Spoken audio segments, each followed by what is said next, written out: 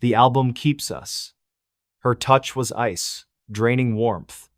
Visions flashed. Lila's ritual, capturing spirits in a cursed camera, binding them to the album, like African folklore of ancestral ghosts trapped in objects. I grabbed salt from paranormal forums, circling the album. "Leave me!" I shouted, setting it ablaze. The figure shrieked, dissolving into smoke, but not before clawing my arm scars, forming a lens shape.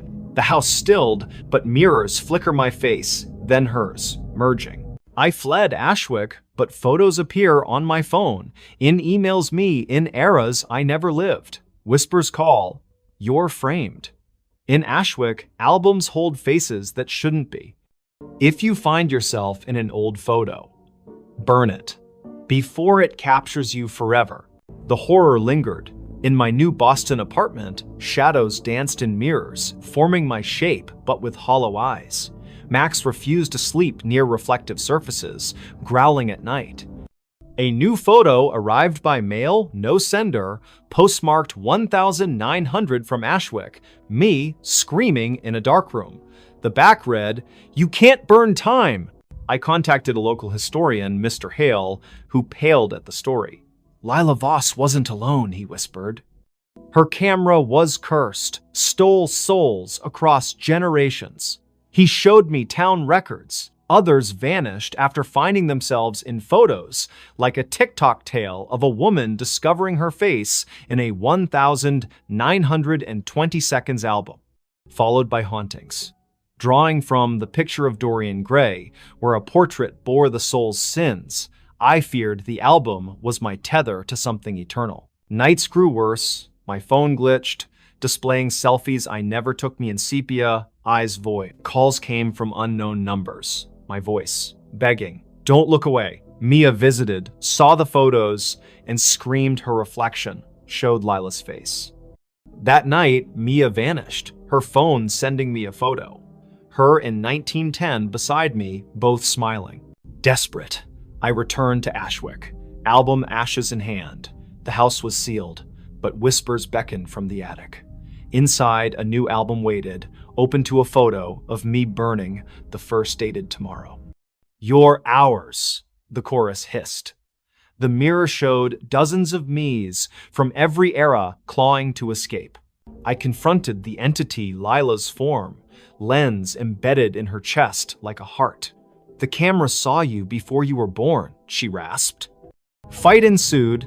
I smashed the mirror, shards cutting my hands, blood forming dates 1890, 1923, 2025.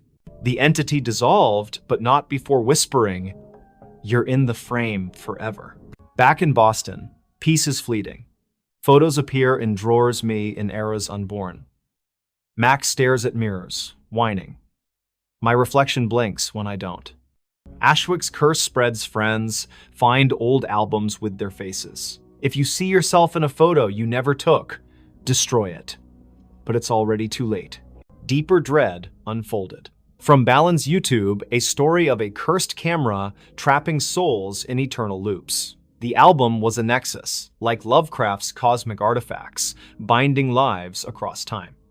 My research uncovered global myths. Japanese obake in photos, stealing identities, African spirits in ancestral images, demanding worship. Mia's body was found in Ashwick, smiling in an old photo frame, dated 1800s. I joined a paranormal forum, others reported similar albums, faces appearing where none should. One user vanished after posting, "It's me in 1920, I'm next." Final stand. I burned every mirror in my apartment, salt circling me. The entity appeared me, but decayed, lens eyes glowing. "You're framed," it laughed. I chanted banishment from occult texts, scattering ashes. It dissolved, screaming dates future ones. But my camera rolls fill with photos me in eras yet to come. Whispers, "Look at the frame." I'm trapped, my face in every old album. If you find one, don't look. You might see yourself unborn, but waiting. The curse wasn't just Lila's. From Poe's tales of premature burial, I learned she was buried alive, her soul trapped in the camera's first photo. The album rewrote reality, inserting victims into history. Now, I develop photos in my sleep in wars, plagues, futures. Friends receive albums with my face, calling their names. I'm the vessel framing others. In Ashwick, check old photos. If you're in one, unborn, you're already hers. Someone wrote on my bedroom wall, in the small, fog-laden town of Greystone, Maine, where ancient pines cast long shadows and whispers of old tragedies lingered in the air, my new home on Cedar Lane was supposed to be a sanctuary. I, Emma Carter, a 31-year-old illustrator, had moved here in the fall of 2025, seeking solitude after a draining divorce. The house was a century-old cottage, its clapboard exterior weathered but charming, bought at a price too good to question. The realtor, a nervous woman with darting eyes, rushed through the paperwork, muttering about eager sellers but offering no details. Locals at the corner store avoided my gaze when I mentioned the address, one old man whispering, "That place has stories." I brushed it off as small-town folklore, eager to start anew with my cat, Shadow by my side. The first week was uneventful, filled with unpacking and sketching in the cozy living room, but Shadow acted strange, pacing the hallway, hissing at the door to my bedroom, a small room with faded floral wallpaper and a single window overlooking the misty backyard. One night, as rain pelted the roof, I woke at 3 a.m. to a faint scratching sound, like nails on plaster. Shadow was at the foot of my bed, fur bristled, staring at the wall opposite. My flashlight beam caught it, words scrawled in jagged crimson letters. "Emma, I see you."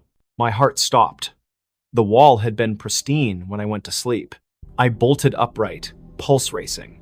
The words looked wet, as if painted in blood, but smelled of rust and earth.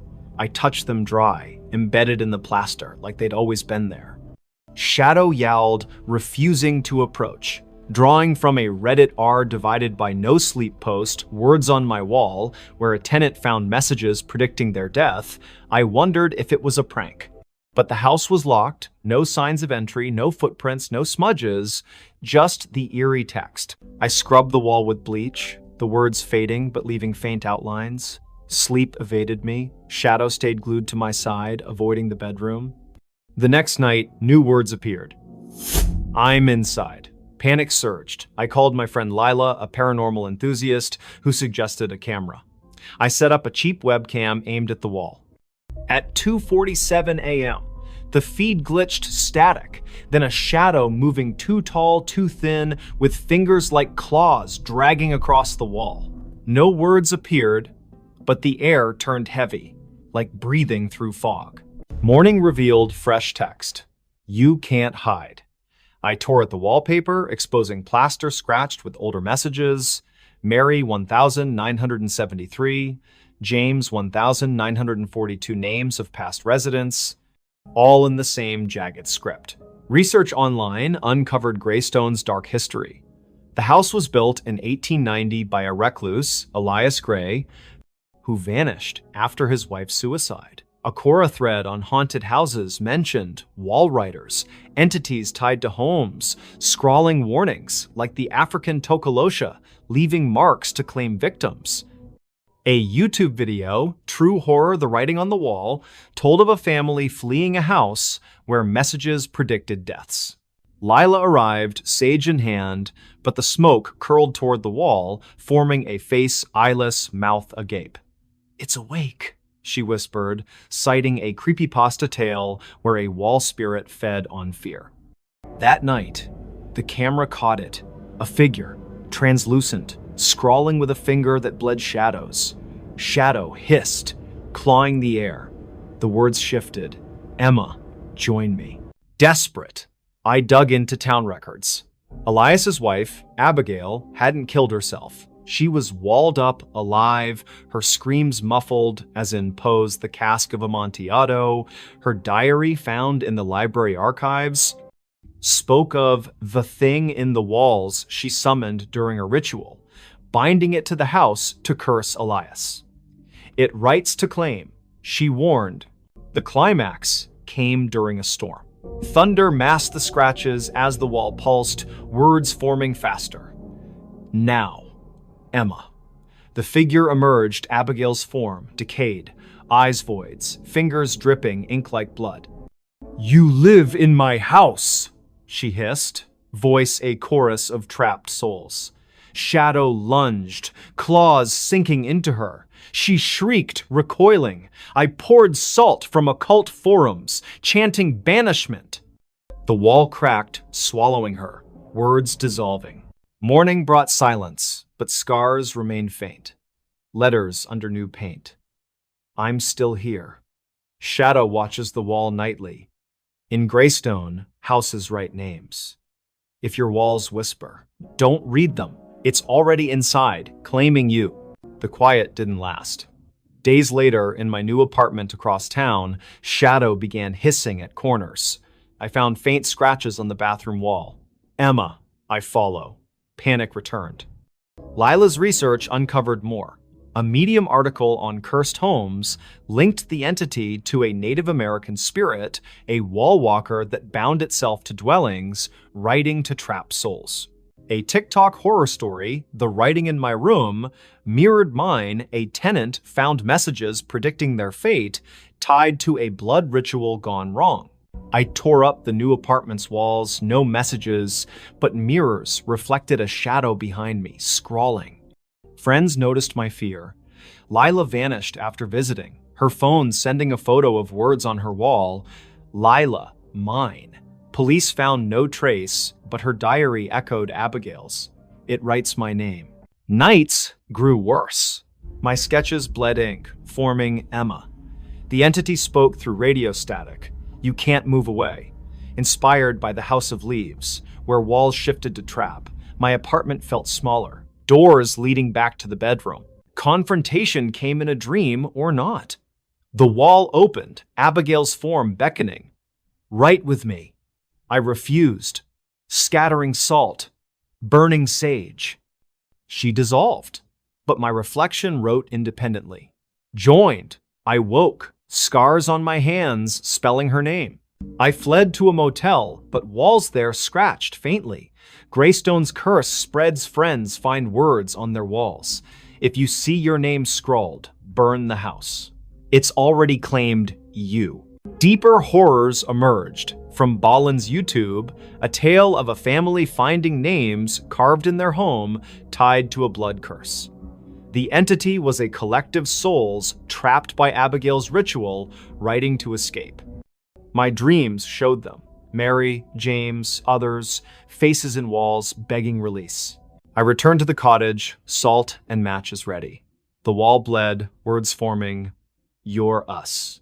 Abigail appeared, her form splitting into dozens past victims, all writing. I set the house ablaze, their screams echoing as flames consumed the words. But in my new place, mirrors write, Emma, shadow's gone, found dead, name scratched on his collar. I'm the vessel now, my sketches bleeding names of others. Global myths, Japanese yokai marking homes, Slavic domovoi scrawling curses. The house was a prison, Abigail its warden, freed by my arrival. Final twist, my reflection writes alone, my hands moving without will. I'm writing this now, but it's her words. If your wall speaks your name, you're already hers. She came from the mirror, not the door. In the foggy town of Eldridge Hollow, where ancient oaks twisted like tormented souls and the air carried whispers of forgotten tragedies, the old Victorian house on Maple Lane had stood vacant for decades.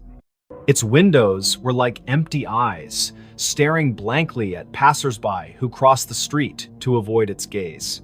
Locals spoke in hushed tones of the Mirror House, a place where reflections lied and shadows had lives of their own.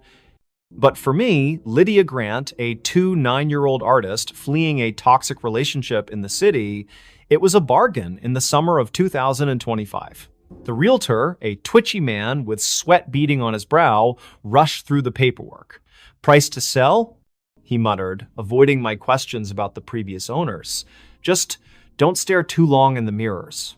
I laughed it off as small-town superstition, much like the tales my grandmother told of Bloody Mary staring into a mirror at midnight, chanting her name thrice to summon a vengeful spirit. But as I unpacked boxes in the spacious living room, my cat, Whiskers, hissed at the hallway mirror, an ornate, full-length antique with a gilded frame carved with swirling vines that seemed to writhe in the light. "Silly kitty," I cooed, but a chill prickled my skin. The mirror reflected the room perfectly, too perfectly, the colors a shade darker, my face paler. That first night, sleep came fitfully. Thunder rumbled outside, rain lashing the windows. At 2 a.m., a soft knock echoed not from the door, but from inside the house. I sat up, heart pounding. Whiskers arched his back, staring at the bedroom door. The knocks continued, 3 sharp raps, deliberate. I grabbed my phone's flashlight and crept downstairs. The front door was locked, no one outside. But in the hallway, the mirror fogged, as if breathed upon from within. A handprint appeared small, feminine, pressing against the glass from the other side. I wiped it away. But the fog returned, words forming. "Let me out." My breath caught. Drawing from a Reddit r divided by paranormal encounters thread I'd read years ago, where users shared terrifying mirror experiences, like seeing demonic reflections or entities stepping through, I backed away. Imagination, I whispered, but Whiskers yowled, clawing at the air. The next morning, the mirror was clear, but unease lingered. I covered it with a sheet, like in the YouTube video Scary Truth Behind Mirrors, by an exorcist warning of ghost portals. Work distracted me sketching illustrations for a children's book, but my drawings twisted. Happy faces turned sinister, eyes hollow. That evening, as I cooked, a whisper seeped from the covered mirror. "Lydia." My name, soft and pleading. Like the ghost in It Came In Through the Bathroom Mirror from Real Life Mag, haunting a childhood home. I tore off the sheet. The reflection showed not me, but a woman. Pale, with long dark hair and a tattered dress, her face blurred, but smiling faintly. She raised a hand, knocking 3 times on the glass from inside. Terror gripped me. The legend of the house surfaced in my mind from a Medium story, Scary Short Stories, The Mirror We Inherited, where an antique mirror brought a grandmother's spirit, terrorizing the family. I researched frantically. Town records revealed the previous owner, Eliza Voss, vanished in 1953 after inheriting the mirror from her grandmother. Her diary, digitized on a local history site, spoke of the girl in the glass who called her name, promising companionship but demanding entry. "She comes not from the door, but the mirror," Eliza wrote, echoing African folk tales of spirits using reflections as portals to possess the living. Nights blurred into dread. The woman appeared more often, closer each time, her smile widening, revealing teeth like shards. Whispers evolved. "Let me in, Lydia. It's cold here." Whiskers refused the hallway, hissing at shadows. One midnight, inspired by the Ghost in the Mirror game from Scary Stories to Tell in the Dark, I faced her. "Who are you?" Her voice echoed in my skull. "Your reflection. The one never born." The mirror pulsed, her hand pressing through the glass like water, cold fingers grazing my cheek. I screamed, smashing it with a lamp. Shards flew, each reflecting her face, laughing. The house shook, walls cracked as shadows poured out, dozens of women, all me but decayed, eyes voids. "We're the unborn." They chorused, inspired by the Dead Girl in My Mirror creepypasta, where a spectral child haunted reflections, stealing lives. Fight ensued. I salted the floor from occult forums, chanting banishment. They recoiled, dissolving back into shards. I burned the pieces, flames roaring blue. Peace fell, but scars remained faint. Handprints on my mirrors, whispers at midnight. "Let me out." Eldridge Hollow's mirror house stands empty again. If you see a woman in your reflection who smiles when you don't, smash it. She comes from the mirror, not the door, and she's waiting to be born. A letter from the past. In the misty town of Eldridge Hollow, where fog clung to the hills like a perpetual veil, and old houses whispered secrets from their creaking porches, Clara Voss moved into the Victorian relic on Birch Lane in the fall of 2025. At 32, she was a librarian fleeing the bustle of Boston, drawn to the house's charm and suspiciously low price. The realtor, a nervous man with darting eyes, rushed through the sale, muttering about eager sellers but evading questions about its history. Locals at the corner store gave her odd looks. "That place has letters," one old woman whispered. But no one elaborated. Clara dismissed it as small-town folklore, much like the tales her grandmother told of cursed missives that arrived from beyond the grave. Unpacking boxes in the cozy living room, she found an envelope slipped under the front door, yellowed, postmarked the 7th of October, 1923, addressed to Clara Voss, Birch Lane House, Eldridge Hollow. Her heart skipped. The handwriting was elegant, faded ink spelling her name perfectly. Inside, a single sheet. "Dear Clara, welcome home. We've been waiting. Don't open the attic trunk. Yours from the past, Lydia." Lydia? Clara's research later revealed Lydia Voss, a woman who vanished in 1923 from this very house, her great-aunt, perhaps? The letter's date matched Lydia's disappearance as per town records. Drawing from the creepypasta, A Letter from the Previous Homeowner, where cryptic notes warned of hidden horrors, Clara felt a chill but laughed it off. "Coincidence," she muttered, tucking it away. That night, sleep came fitfully, thunder rumbled, rain lashing the windows. At 2 a.m., a whisper drifted from the attic. Clara, soft, feminine, like a sigh through the vents. Her cat, Whiskers, arched his back, hissing at the ceiling. The attic was locked, key missing.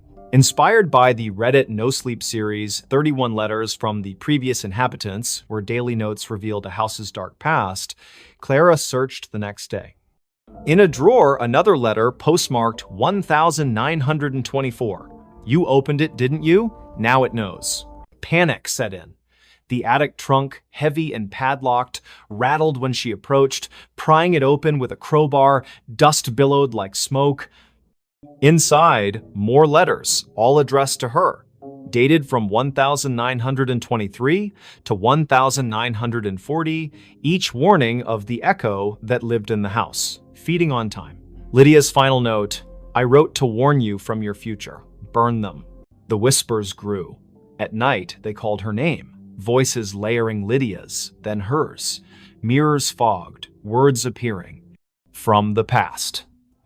Drawing from the Netflix series Letters from My Past, where a woman uncovers family secrets through time-displaced letters leading to madness, Clara felt reality warp. Photos in the house shifted her face, appearing in old family portraits, eyes pleading. One evening, a new letter arrived via mail, postmarked yesterday from the house. "You're me now." Heart pounding, Clara burned the stack in the fireplace. Flames roared blue, screams echoing from the blaze. The house shook, walls cracked as shadows coalesced a woman, Lydia but decayed, eyes voids. "You read them," she hissed, voice a chorus. "Now you're trapped in the loop." Fight ensued. Clara assaulted the floor from occult forums, chanting banishment. Lydia dissolved, but not before whispering, "The past writes back." Peace fell, but scars remain. Letters appear in drawers, postmarked future dates. Clara, we've been waiting. Eldridge Hollow's houses hold letters from the past. If one arrives dated wrong, burn it. Before it rewrites you. The cycle didn't end. Weeks later, in her apartment, Clara received a letter postmarked 2026 from Birch Lane. "You thought you escaped." Panic returned. Lila, her friend, visited, saw the notes, and screamed her name scrawled inside. Lila vanished that night, her phone sending a photo of words on her wall. Lila, from the past. Clara's research uncovered more. A Quora thread on time-displaced letters linking to African folklore of spirits sending missives from beyond, trapping souls in loops. A YouTube video, True Horror, The Cursed Letter, recounted a family receiving notes from their future selves, warning of deaths that came true. Nights grew worse. whispers evolved. Her voice begging, "Burn me." Mirrors showed her face, aging rapidly, eyes darkening. The entity was a collective souls trapped by Lydia's ritual, binding them to letters, like Japanese yokai using paper as portals. Final stand, Clara returned to the house, salt and matches ready. The walls bled ink, words forming, "You're us." Lydia appeared, her form splitting into dozens past victims, all writing. Clara set the house ablaze, their screams echoing as flames consumed the words. But in her new place, letters arrive postmarked tomorrow. "Clara, we've been waiting!" The past writes back endlessly. Deeper dread. From Ballen's YouTube, a tale of letters from dead relatives predicting futures. The entity was a time parasite, feeding on timelines. Clara joined a support group, Survivors of Echo Letters, but one member voice wrong. It's spreading. Hear a whisper? It's calling from the past. Burn the letter or become it. Global myths. Slavic Strigoi sending cursed notes. Polynesian spirits and missives. The house was a nexus. Lydia, its warden, freed by Clara's arrival. Final twist. Clara looks in mirror. Her handwriting appears on paper in her hand. Welcome home. She's the sender now, writing to her past self. If a letter comes from the past, you're already in the loop. The curse wasn't just Lydia's. From Poe's buried alive tales, Lydia was walled in alive, her soul trapped in the letters. Her note, the past writes to claim. Now Clara writes letters in her sleep, dated 1923, addressed to Lydia. The loop closes. In Eldridge Hollow, if you receive a letter from the past, to reply. Or it claims you. The backyard that's never silent. In the misty outskirts of Blackwood, Maine, where dense pines loomed like silent guardians and the fog muffled all but the most insistent sounds, the old farmhouse on Hollow Road had stood vacant for years. Locals whispered about it, tales of strange noises drifting from the backyard at night, like faint whispers or distant cries that never quite stopped. "That yard's cursed," old-timers at the diner would say. But no one dared explain why. The house came cheap, a steal in the fall of 2025, when I, Elena Thorpe, a 5-year-old writer seeking solitude after a messy divorce, bought it sight unseen. The realtor, a nervous woman with darting eyes, rushed the paperwork. "Price to move," she muttered, avoiding questions about the previous owners. I dismissed the warnings as small-town folklore, much like the garden horror stories I'd read in a podcast transcript from Gardening Simplified, where neglected backyards hid invasive horrors that choked the life out of everything. The first week was idyllic. The house was cozy, with a wraparound porch and a sprawling backyard overgrown with wildflowers and ancient oaks. My golden retriever Max loved exploring, but he avoided the far corner a patch of uneven ground near a sagging fence, where the grass grew patchy and the air felt heavier. "Silly boy," I chided, but a chill prickled my skin when he whined at it. That night, as rain pattered the roof, I heard the backyard wasn't silent. Faint murmurs drifted through the open window, like whispers in the wind, indistinct but persistent. I closed the sash, chalking it up to the storm, but sleep evaded me. The sounds grew. By the second night, the whispers coalesced into words my name, Elena, soft and pleading, like a child lost in the fog. Max barked furiously at the back door, refusing to step outside. Heart pounding, I grabbed a flashlight and ventured into the yard.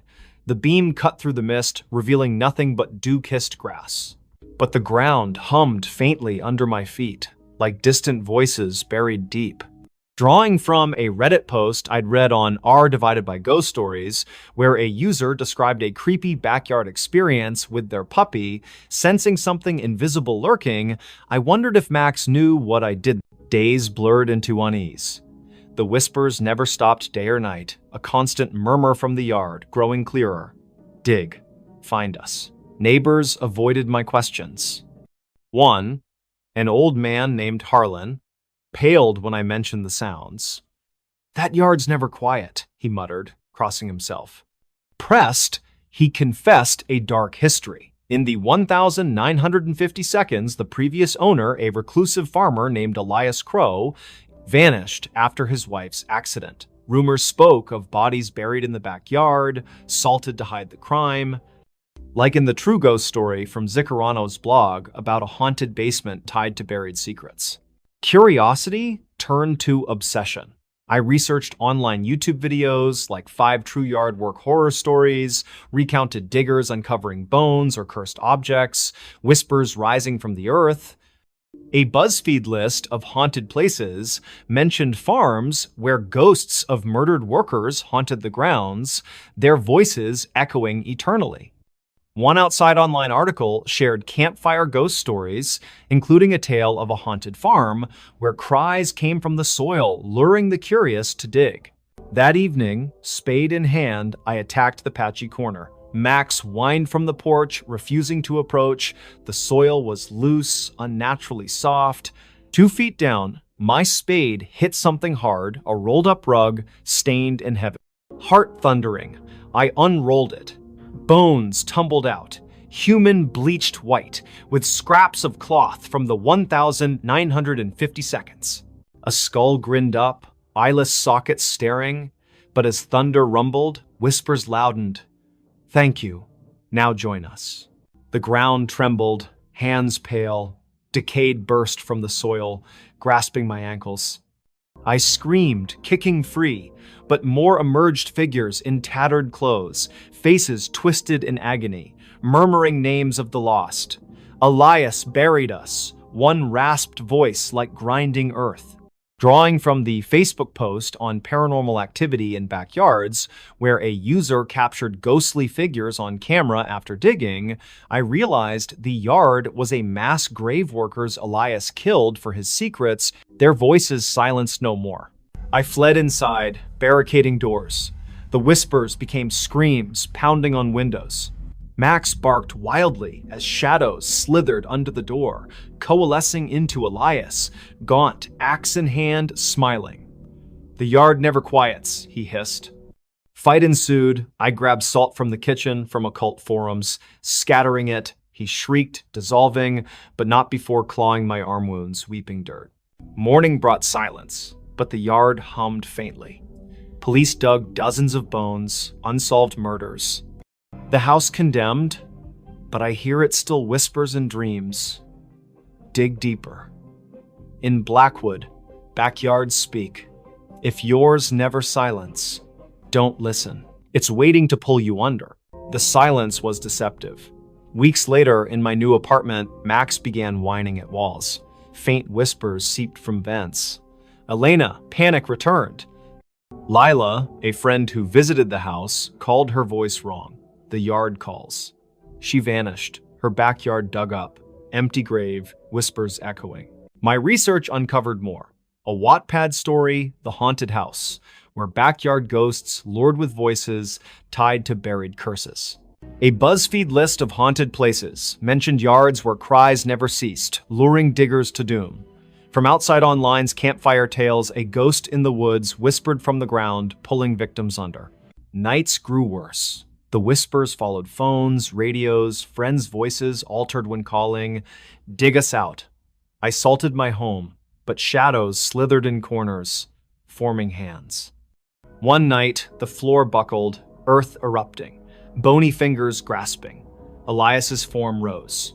The yard claims all. Escape failed. It pulled me under, dirt filling my lungs. Visions flashed. Elias burying victims, salting to trap souls, like in African folklore of earth spirits binding the dead. I clawed free, burning sage from paranormal guides. The entity shrieked, retreating, but whispers linger, faint, in every silence. Max hears them too. In Maine, yards speak. If yours whispers, fill it in before it buries you. Deeper horrors emerged. From Ballen's YouTube, a tale of yard work uncovering haunted relics. The entity was a collective, souls salted, voices eternal. I joined a support group, Survivors of Whisper Yards, but one member voice, like Elias, it's spreading. Hear a murmur? It's calling from below. Dig, and you're silent no more. Global myths. Japanese yurei buried wrong, whispering revenge.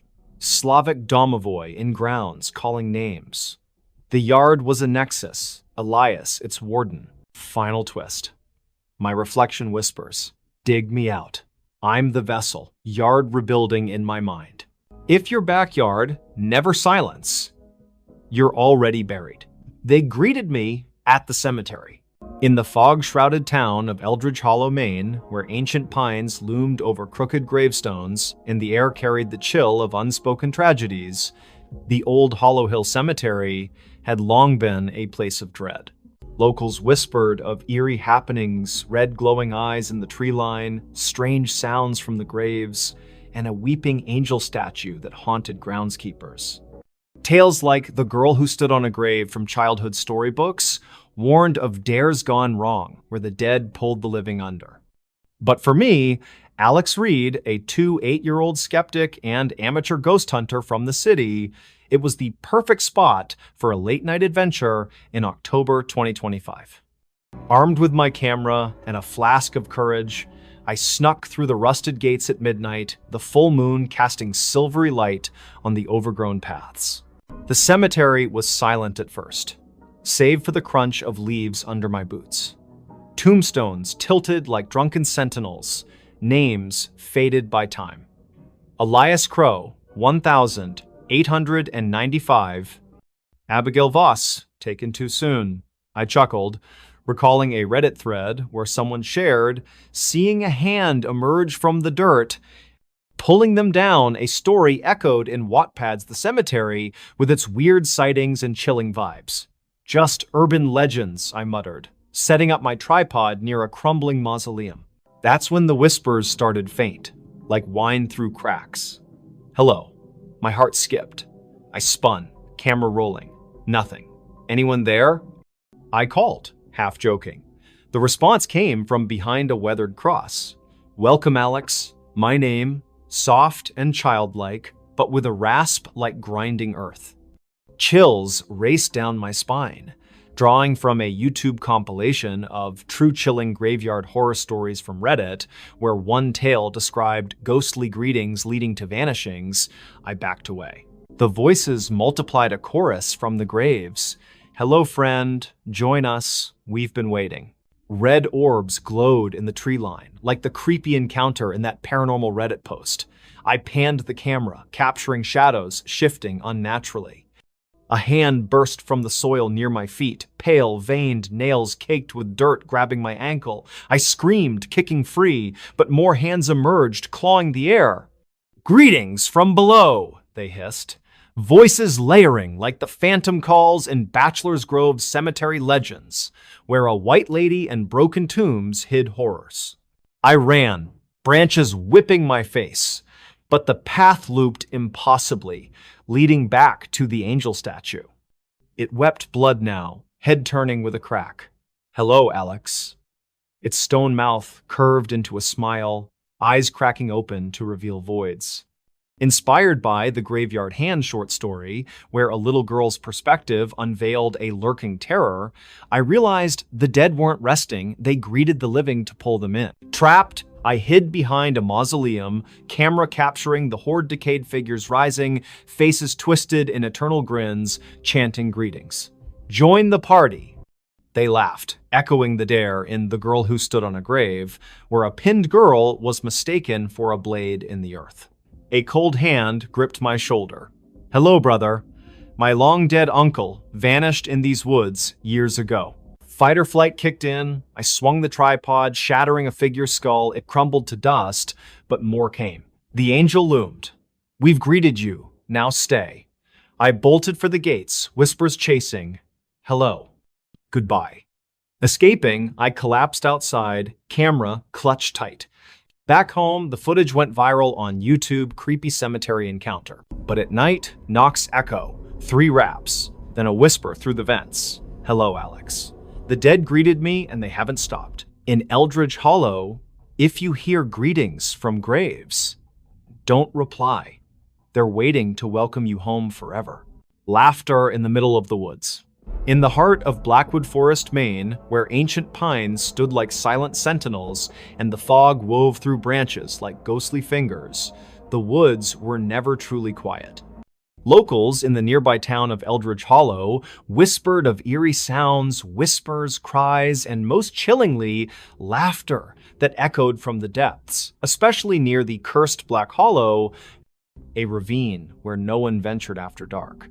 Tales of the Laughing Man circulated, a figure from folklore who lured hikers with giggles before they vanished, much like the spectral trickster in the Reddit r divided by no sleep story, The Laughing in the Woods. But for me, Mia Carter, a 30-year-old journalist chasing a story for my blog in October 2025, it was just a legend to debunk. I'd come to Blackwood to investigate a string of disappearances, hikers gone missing over decades.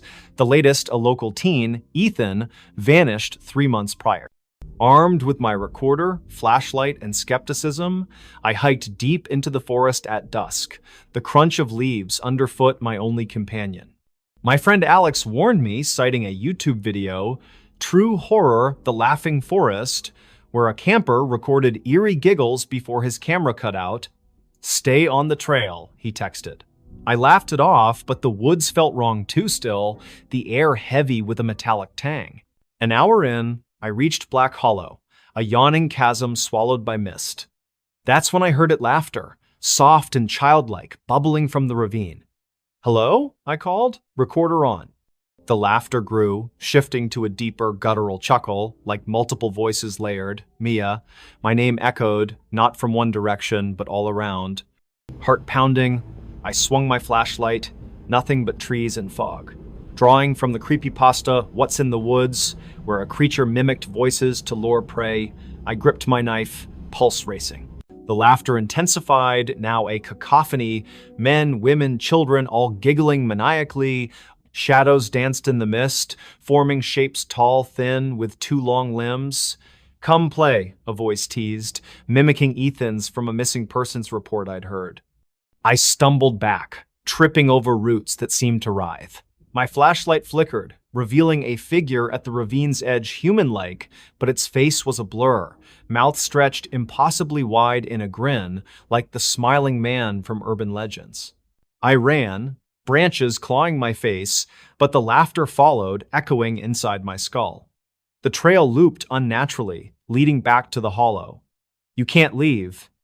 The voices sang, layered with Ethan's and others, lost hikers. I realized, like the ghostly chorus in a Korra thread about haunted forests, where the dead laughed to trap the living. My recorder caught it, giggles turning to screams, then my name over and over. Desperate, I tossed salt from my pack folklore from a Medium article on banishing spirits suggested it repelled entities. The laughter faltered, but a hand cold, bony grabbed my ankle from the ground. "Join the fun," it rasped, pulling me toward the ravine. I slashed with my knife. The hand dissolved into mist, but more figures emerged. Dozens, faces blurred, laughing in unison. "We're the lost," they chorused, echoing a TikTok tale of a forest where laughter was a siren's call. I reached a clearing, an old stone circle etched with symbols, like those in Lovecraft's tales of elder entities. A journal lay there, Ethan's pages scrawled with, "They laugh to keep you." The figures closed in, their grins splitting wider, revealing needle-like teeth. Inspired by a Ballen's YouTube story of a haunted woods where laughter masked hunger, I scattered more salt, chanting a banishment from occult forums. The figures shrieked, dissolving, but not before one whispered, "We'll laugh again." I escaped at dawn, recorder clutched tight.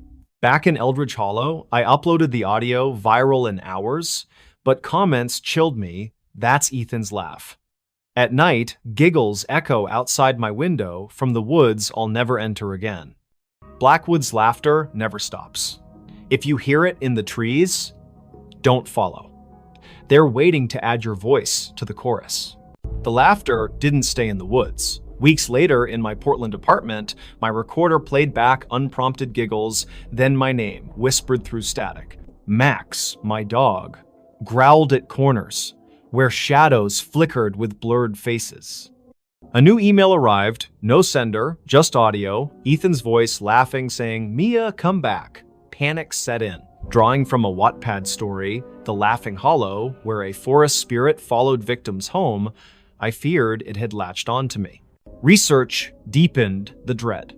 A Quora thread on haunted Maine forests linked Black Hollow to a 19th century cult that sacrificed hikers, their laughter trapped in the ravine, like Polynesian spirits binding souls to cursed grounds. A BuzzFeed list of haunted places mentioned a woods where giggles lured campers to vanishings. Friends noticed my fear. Alex called, voice off. "Why'd you run, Mia?" His number, but not his tone. Nights blurred. The laughter seeped from walls, my phone, even Max's collar speaker. Shadows danced, forming the grinning figure. Playtime, it giggled, eyes voids. I salted my apartment, but mirrors reflected it, me, but laughing when I screamed. Inspired by The Laughing Shadow from horror anthologies, where a mimic haunted reflections, I smashed my mirrors. Shards laughing back. Confrontation came in a dream? Or was it? The ravine opened in my room, figures emerging, all laughing. "You recorded us," they sang. I burned the recorder, salt circle tight, chanting banishment. They dissolved, screams fading. But my reflection giggles alone now, lips moving when mine don't. I fled to Boston, but the laughter follows faint. In crowds, on calls, Max hears it too. In Eldridge Hollow, the woods laugh. If you hear giggles in the dark, run. They're not human, they're hungry. The entity wasn't just laughter. From Ballen's YouTube, a tale of a forest where giggles masked a devourer. It was a collective souls trapped by the cult, their voices luring more. My dreams showed them. Ethan. Others. Faces stretched in endless mirth, trapped in the ravine's maw. I joined a paranormal forum, survivors of laughing haunts. But one member's voice, Ethan's, it's spreading. My phone plays giggles unprompted. Friends hear me laugh on calls I never made. Final stand. I returned to Black Hollow. Salt and sage ready. The ravine pulsed, laughter deafening. The figure emerged me, grinning, teeth sharp. "You're ours," it laughed. I burned the journal, salt scorching the ground. It dissolved, but whispered, "We'll laugh through you." Global myths? Japanese yurei laughing from graves. Native American skinwalkers mimicking joy. Black Hollow was a nexus, feeding on mirth. Now I laugh in my sleep, friends say, "It's not me." My voicemails giggle, calling names. I'm the vessel spreading the sound. In Blackwood, if you hear laughter in the woods, don't listen. You'll join the chorus. From Poe's Tales of Madness, the laughter was a trap, binding souls eternally. My reflection laughs alone, eyes not mine. I'm writing this, but giggles interrupt my voice from within. If you hear laughter where none should be, it's too late. You're already theirs. Knocks from the coffin lid. In the misty valleys of Eldridge Hollow, Maine, where fog clung to the hills like a shroud, and ancient pines whispered secrets of the past, the old Crow family cemetery lay forgotten on the outskirts of town. Gravestones tilted like drunken sentinels, names eroded by time and rain, Elias Crow, Abigail Voss, and others lost to history. The locals avoided it, crossing themselves at mentions of the knocking grave, a legend dating back to 1895, when Elias, a wealthy lumber baron, was buried after a sudden illness. Whispers spoke of his wife hearing knocks from his coffin during the funeral, but they buried him anyway. Inspired by Poe's The Premature Burial, where the terror of being interred alive haunted the living, the tale warned of curses for those who disturbed the dead. In October 2025, I, Harlan Reed, a 4-5-year-old historian researching Maine's forgotten tragedies, arrived in Eldridge Hollow. The town was a relic sagging porches, wary eyes in the diner. "Stay away from Crow Hill," the waitress muttered when I asked about the cemetery. Knocks still echo there. I laughed it off, but my research uncovered chilling accounts. A 1923 diary from Elias's descendant, Lydia, describing dreams of scratches from inside coffins, much like the Wattpad horror Buried Alive, where a man heard his wife's nails clawing the lid in a nightmare that turned real. Undeterred, I hiked to the cemetery at dusk, flashlight and recorder in hand. The air grew thick, fog swirling like breath from the ground. Elias's grave was central, headstone cracked. Elias Crow, 1845 to 1895. Rest in peace. Kneeling, I pressed my ear to the earth, nothing but wind. Superstition. I scoffed, but as night fell, a faint thump echoed from below. Knock, knock, knock. My blood ran cold. "Hello?" I called, recorder on. The knocks grew insistent, rhythmic, like nails on wood. Panic surged. I dug with my hands, dirt flying, inspired by the true story of Eleanor Markham from Medium, almost buried alive in 1894, her knocks saving her. But here, the ground was loose, unnaturally soft. 2 feet down, my fingers hit the coffin-lid oak, splintered, with fresh scratches. "Help me!" A rasped voice pleaded from within. Elias's, according to old descriptions, deep, commanding. I pried the lid with a branch, heart thundering. The coffin creaked open, revealing nothing. Empty, just dust and a yellowed note. "You heard the knocks, now you're mine." The ground trembled, hands pale, veined burst from surrounding graves, grasping my ankles. Figures rose decayed, eyes glowing like embers, laughing hoarsely. We knocked. They chorused, voices layering like the Ecuadorian woman in 2023 who knocked on her coffin during her wake, as reported on Reddit, only to die days later. I kicked free, running as the dead pursued, their knocks echoing like thunder. "Join the chorus," Elias's form hissed, face sloughing. Drawing from the African Tokolosha folklore in Quora threads, where spirits knocked to claim souls, I realized the cemetery was a trap. The knocks summoned the living to fill empty coffins. Back in town, safe in my motel, knocks rapped on the door, 3 sharp, peephole empty. But my recorder played back. My voice knocking from inside a coffin, begging, "Let me out." Eldridge Hollow's graves knock still if you hear them in the night. Don't dig. The coffin is empty for a reason, and it's waiting for you. The knocks didn't stay in the cemetery. Weeks later, in my Boston apartment, Max, my dog, began whining at walls. Faint raps echoed from vents. Knock, knock, knock.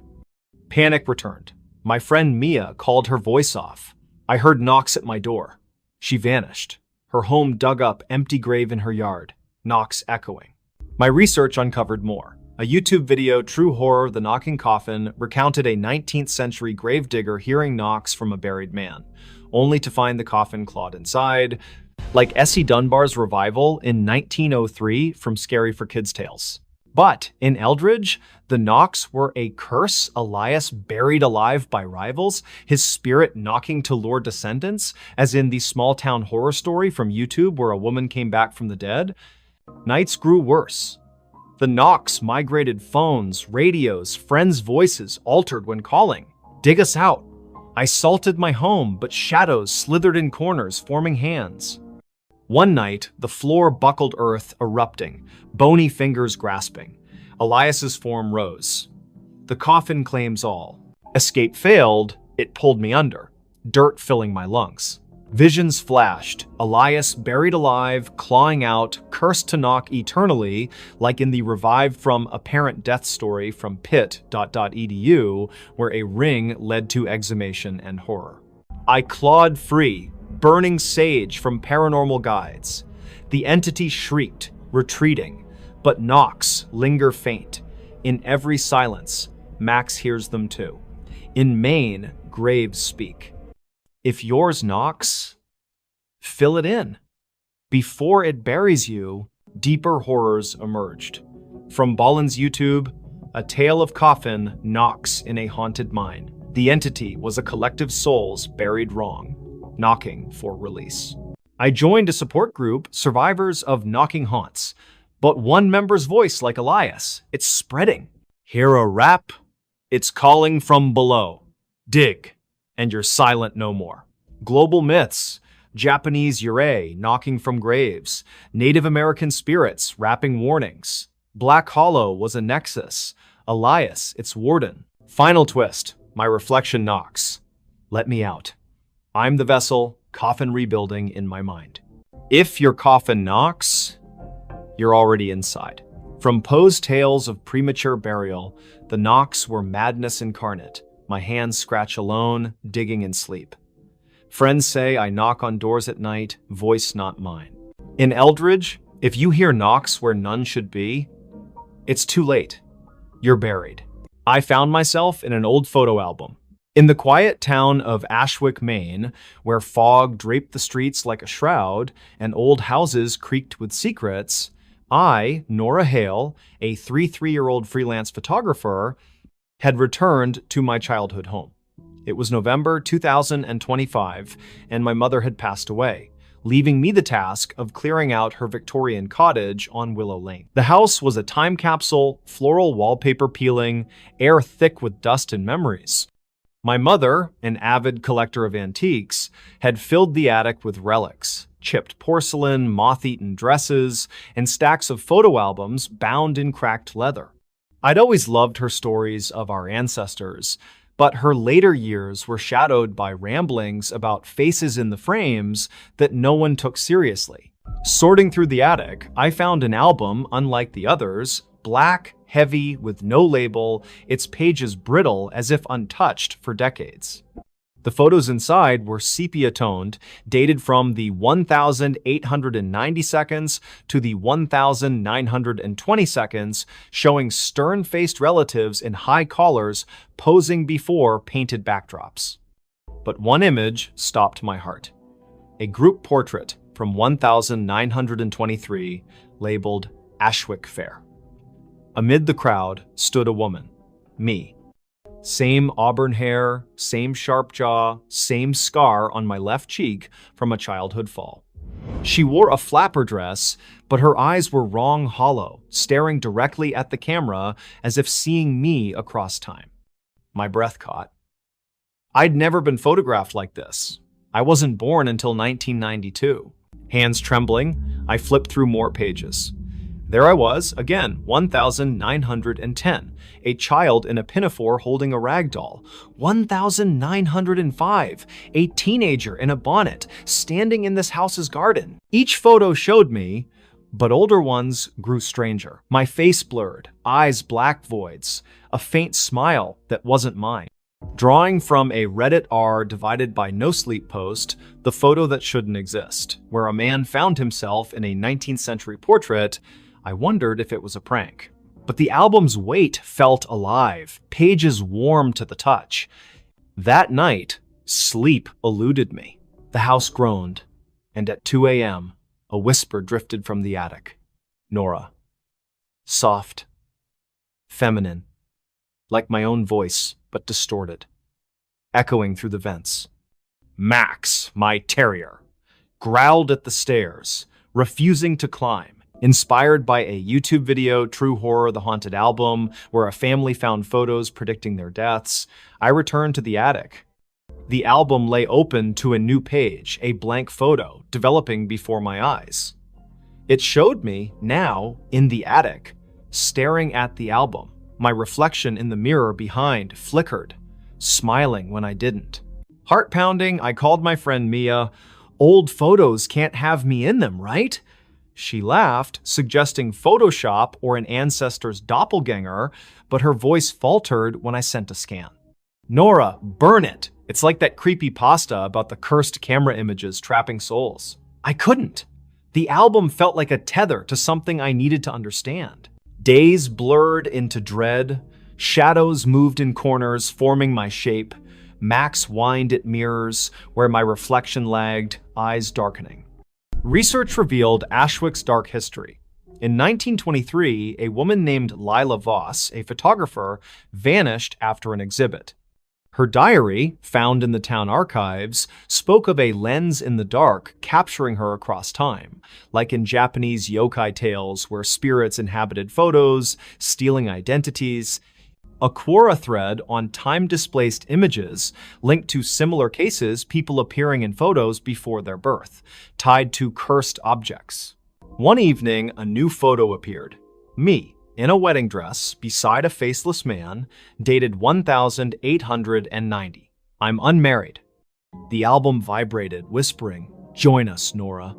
I slammed it shut, but laughter echoed mine, but cruel. Max barked at the attic hatch, which rattled as if something pushed from inside. Drawing from the burned photo creepypasta, where destroying cursed images unleashed horrors, I hesitated to burn it, fearing release. The climax came on a stormy night.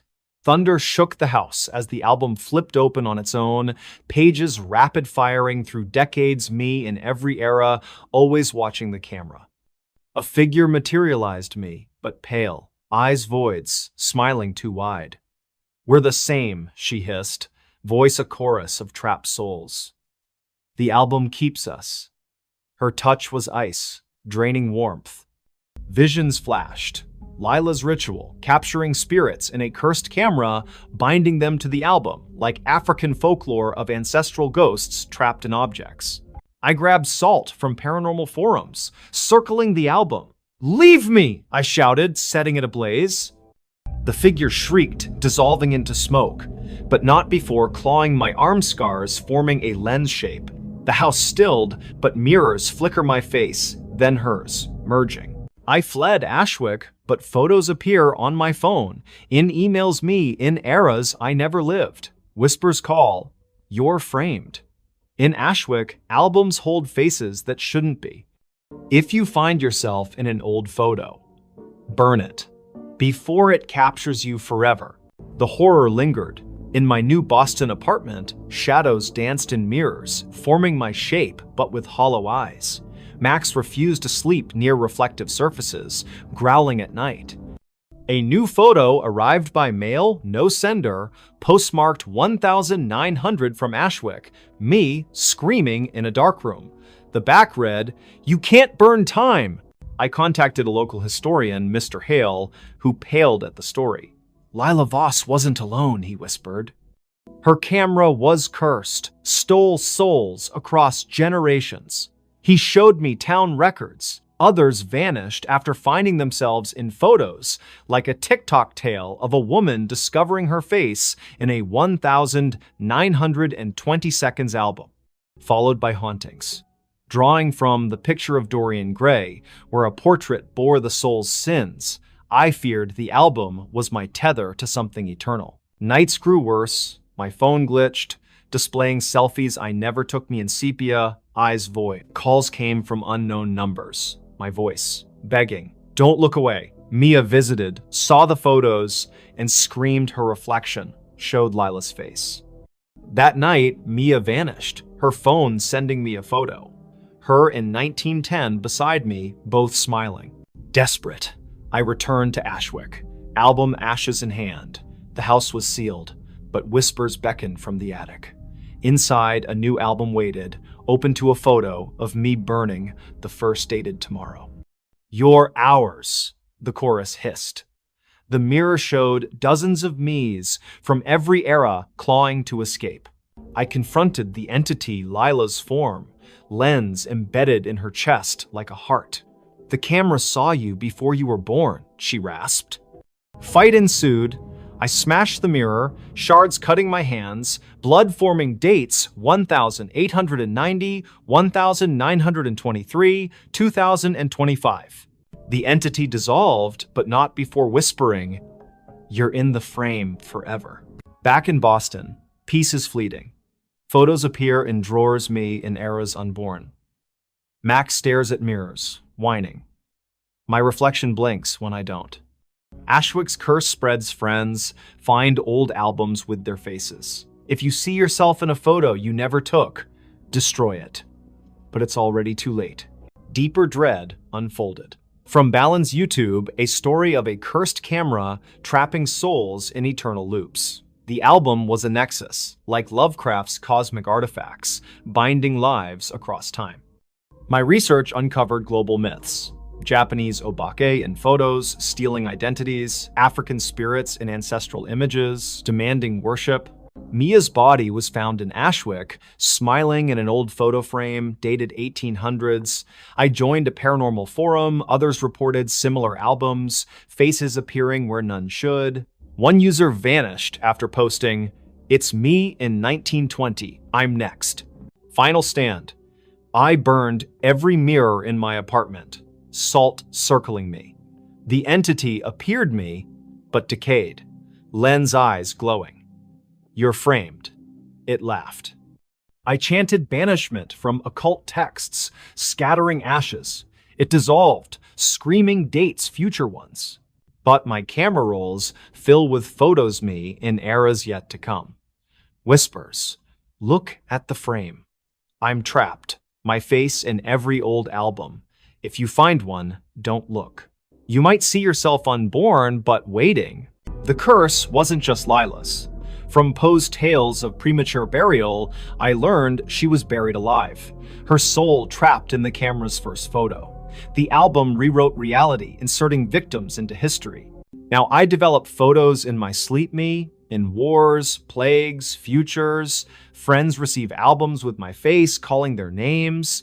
I'm the vessel framing others. In Ashwick, check old photos. If you're in one, unborn, you're already hers. Someone wrote on my bedroom wall, "In the small, fog-laden town of Greystone, Maine, where ancient pines cast long shadows and whispers of old tragedies lingered in the air, my new home on Cedar Lane was supposed to be a sanctuary." I, Emma Carter, a 31-year-old illustrator, had moved here in the fall of 2025, seeking solitude